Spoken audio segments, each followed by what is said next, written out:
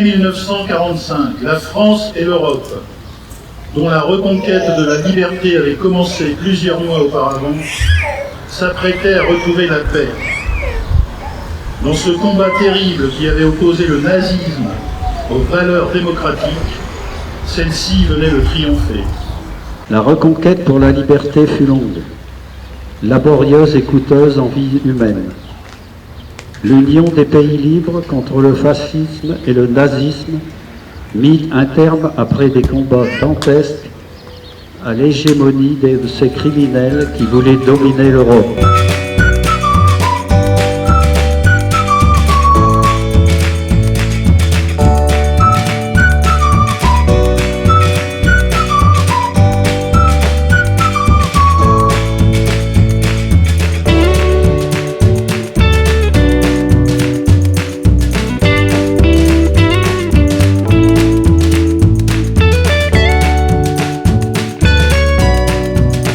Ce qui est important dans cette commémoration du 8 mai particulièrement, c'est la liberté retrouvée, la victoire.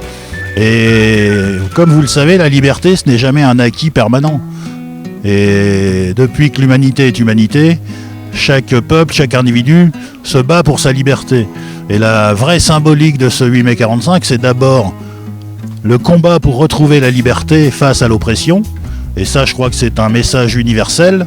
Et c'est en ce sens que ces événements de la Seconde Guerre mondiale et le fait de célébrer 71 ans après cette victoire, c'est bien dire et redire aux jeunes générations notamment que la liberté n'est jamais un acquis permanent et qu'il faut toujours se battre pour assumer et assurer sa liberté. Et puis c'est aussi la victoire contre le nazisme et aussi la victoire de toutes celles et ceux qui ont combattu sous différentes formes.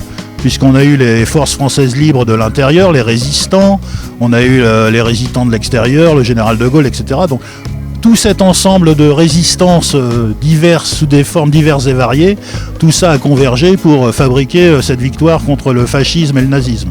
Et donc ce sont les deux symboliques fortes, à mon avis, de ce 8 mai.